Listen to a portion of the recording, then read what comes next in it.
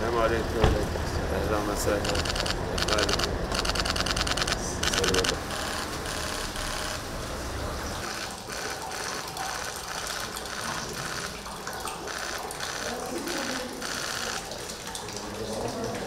Filistin davası bakımından hem insanlık tarihi açısından en acı, en zor günlerden geçiyoruz. نحن كإخوتنا في غزة الآن يعيشون الظلم الذي ونرى أيضا عندما نحن الآن نتحدث هنا والنظافة وما شابه ذلك بالإضافة إلى ذلك فإنه يتم Gazze katliamı da tarihe bir yüz karası olarak geçmektedir. والمعافى ويكثف جهوده من أجل تحقيق ذلك ضغط سياسي عن طريق ممارسة كل الأدوات البرلمانية في غزة. نحن في تركيا هنا Ve İsrail bu şekilde devam etmesi mümkün değildir. إسرائيل لا تستطيع أن تتواصل أن تعلم بأن نهاية الظلم قد أتت لأنlar Filistin halkından hiç eksik. وما زالت الحرب مفتوحة ومستمرة. İsrail'in bu Hoş geldiniz, sefalar getirdiniz. ehlen ve merhaban bikum. Kardeşimiz, dostumuz Filistin halkının temsilcisi olarak, Filistin Meclis Başkanı olarak sizi ve heyetinizi Türkiye Büyük Millet Meclisi'nde ağırlamaktan büyük bir memnuniyet duyuyorum. Hem Filistin davası bakımından hem insanlık tarihi açısından en acı, en zor günlerden geçiyoruz. İnsanlık tarihinin görmediği kadar büyük bir zulmü maalesef şu anda Gazze'deki kardeşlerimiz yaşıyor.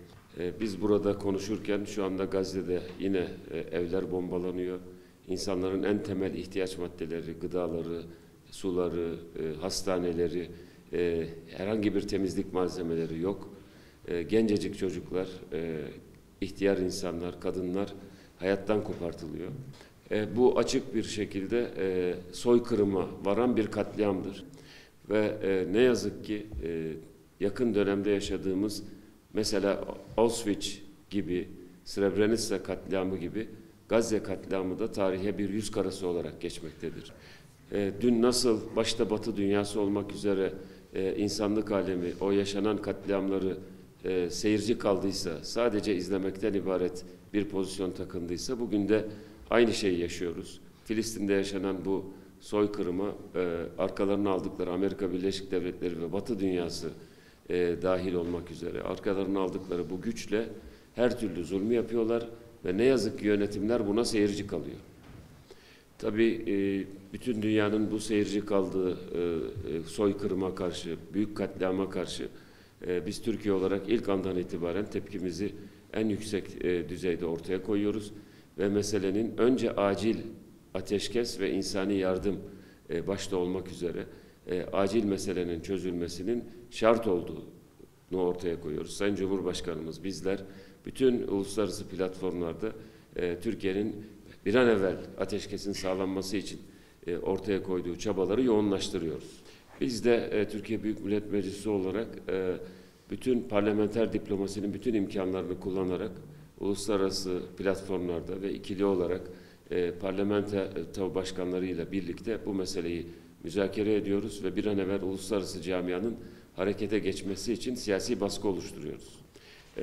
Ayrıca İsrail'in saldırılarına başladığı ilk gün burada Türkiye Büyük Millet Meclisi'nde bütün muhalefet partileriyle birlikte, bütün 6 parti, grubu bulunan parti müşterek bir deklarasyon yayınlayarak Filistin halkının yanında olduğunu, İsrail'in bu saldırganlığının karşısında olduğunu bütün dünyaya ilan etmiştir. Ayrıca Şifa Hastanesi'nin bombalandığı gün burada Türkiye Büyük Millet Meclisi çalışma halindeydi. Çalışmasını keserek yine bütün partiler ortak bir şekilde bu katliamı, bu insanlık suçunu telin ettiğini açıkça ortaya koyan bir bildiri yayınlamıştır. Şuna inanıyoruz ki İsrail bu zulmünü ila nihaya sürdüremez. İsrail kendi gücüne, askeri gücüne, kendi ekonomik gücüne, Siyonist şebekelerin dünya ölçeğindeki bir takım lobi faaliyetlerine, lobi güçlerine ve belki hepsinden önemlisi Amerika Birleşik Devletleri başta olmak üzere Batı ülkelerinin kendisinin arkasında olmasına güveniyor ama sonuçta İsrail için artık zulmün sonuna gelinmiştir ve İsrail bu şekilde devam etmesi mümkün değildir. Ayrıca şuna da yürekten inanıyoruz. nasıl Srebrenica katliamının, soykırımının suçluları Uluslararası Savaş Suçları Mahkemesi'nde yargılanıp ceza aldılarsa, şu anda Gazze soykırımının baş sorumlusu olan Netanyahu ve çetesi Uluslararası Savaş Suçları Mahkemesi'ne gidecek ve orada yargılanacaklardır. Dünyanın birçok ülkesinde, başta Washington, New York, Berlin, Paris, Londra olmak üzere birçok ülkede yüz binlerce insanın sokağa çıkarak Filistin lehine gösteriler yapması, Filistin halkıyla dayanışma içinde olduğunu ifade etmesi son derece anlamlıdır ve yeni bir dönemin başladığının işaretidir. Çok kısa bir süre içerisinde acil insani yardım koridorunun açılması ve acil ateşkesin sağlanması bu anın vacibidir. Ama bu meselenin esas çözümü büyük siyasi sorunların çözülmesinden geçiyor. Burada 3 noktayı Türkiye olarak sonuna kadar destekliyoruz. Bunlardan birincisi başkenti Kudüs olan tam manasıyla bağımsız, öyle kağıt üzerinde değil, egemen, bütünüyle kendi devletine hakim ve bütünleşik bir Filistin devletinin kurulmasıdır. İkincisi başta Mescid-i Aksa olmak üzere Müslümanların, Hristiyanların ve diğer din mensuplarının kutsal mekanlarının korunmasıdır. Bazı fanatik Yahudilerin, bırakın sıradan vatandaşları, bazı milletvekillerinin, hatta bazı İsrailli bakanların provokasyon yapmak için postallarıyla Mescid-i Aksa'yı kirletmeleri asla kabul edilemez. Üçüncü mesele de Filistinli insanların elinden alınan evlerinin, iş yerlerinin, köylerinin, yerleşimci adı altında oraya yerleştirilen gasıpların oradan sökülüp atılması ve bu mekanların kendi asli sahiplerine geri verilmesidir. Bizler Filistin davasına bağlı olan milletler olarak, Filistin davasını önemseyen milletler olarak bütün gücümüzle çalışacağız, çalışmaya devam edeceğiz. Bundan sonra öyle görünüyor ki daha çok uzun yıllar Gazze'deki bu katliamı, soykırımı esas alan yeni bir siyaset sayfası açılacak ve bunun üzerinden çok büyük bir siyasi mücadele verilecektir.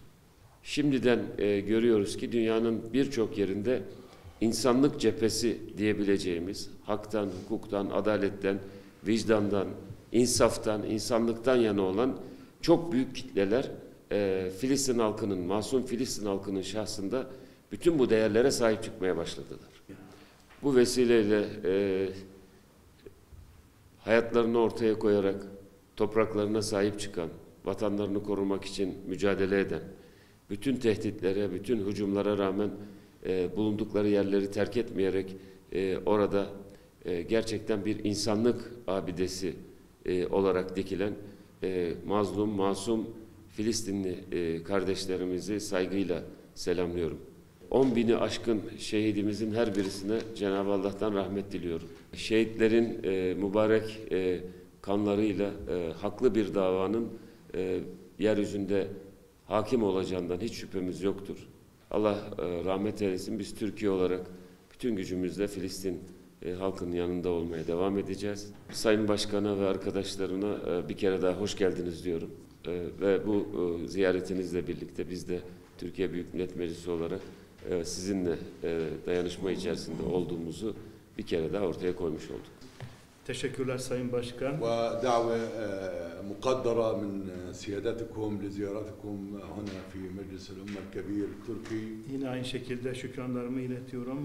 Bize göstermiş olduğunuz teveccühten ve davetinizden dolayı. خاصة في ظل الحرب المجنونة التي تشنها العصابات الصهيونية برئاسة نتنياهو ضد الشعب الفلسطيني.